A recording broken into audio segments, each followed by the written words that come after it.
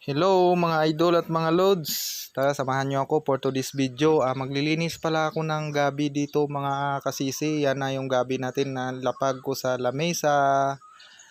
Balatan ko lang yan pala at yung ano at saka yung laman niya mga kasisi. Yan na mga idol mga lods. Linis na nga pala yan.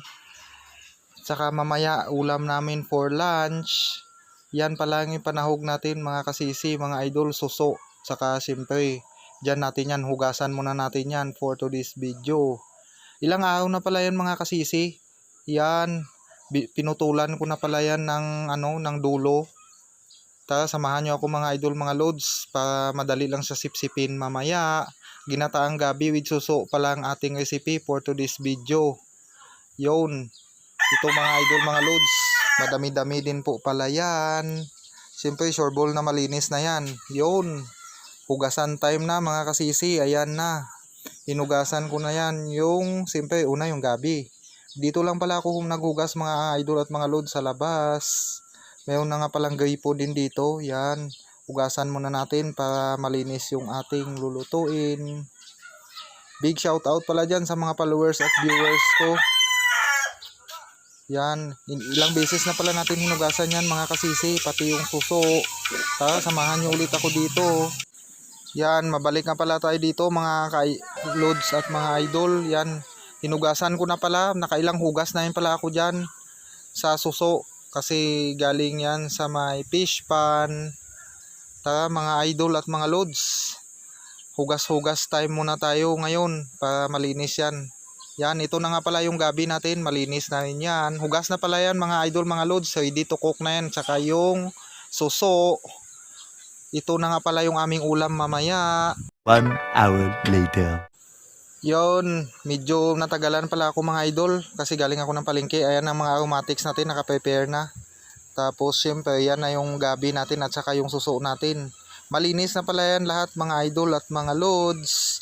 Tara, samahan nyo ako, magluto na tayo ngayon for today's video. Yan yung aromatics natin, luya, bawang, sibuyas, siling green at saka magic sarap and paminta. Yan yung gata natin mga idol, mga loads. Yan yung unang piga. Tapos yan yung pangalawa. Yun, sinalang ko na din po sa kawali para maumpisahan na natin ang ating recipe. Nilagay ko na yung bawang at luya.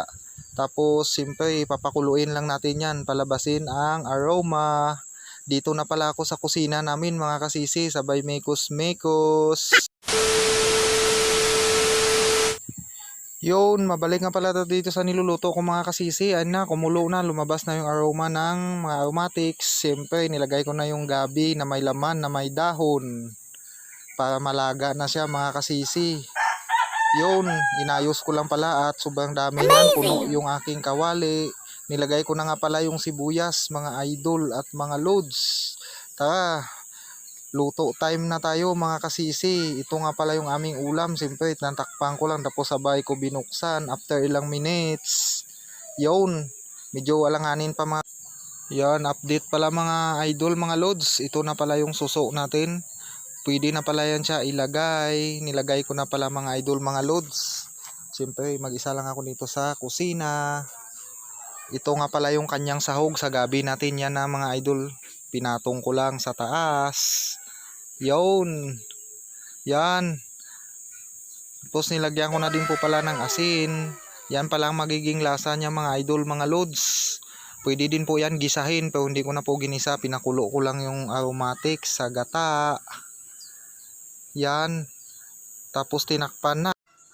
Yun, after ilang minutes mga idol, mga loads, nilagay ko na pala yung unang piga na gata. Malambot na kasi siya mga idol, mga loads. Sabay sinunod natin yung magic sarap. Yan, siyempre hindi na natin yan tatakpan mga idol kasi unang piga na yung lalagay natin dyan. Pakuluin na lang natin po na pakuluin. At hindi din yan minikos-mikos. Nilublob ko lang pala yan sa sabaw para maghalo yung suso at saka gabi mga idol. Much later. Yun, what's up? Update pala to sa aking niluluto mga kasisi. Nilagay ko na pala 5 pirasong siling green pa lang nilagay natin yan. Tinappings ko lang sa taas mga idol at mga loads. Malapit na nga pala maluto ito. Shout out pala sa inyong lahat at saka congrats sa 4.1k followers. Yun, ito na nga pala siya mga idol at mga lods. Luto na. Tara mga idol, samahan nyo kami. Kakain na kami. Thank you for watching and bye-bye. Yeah.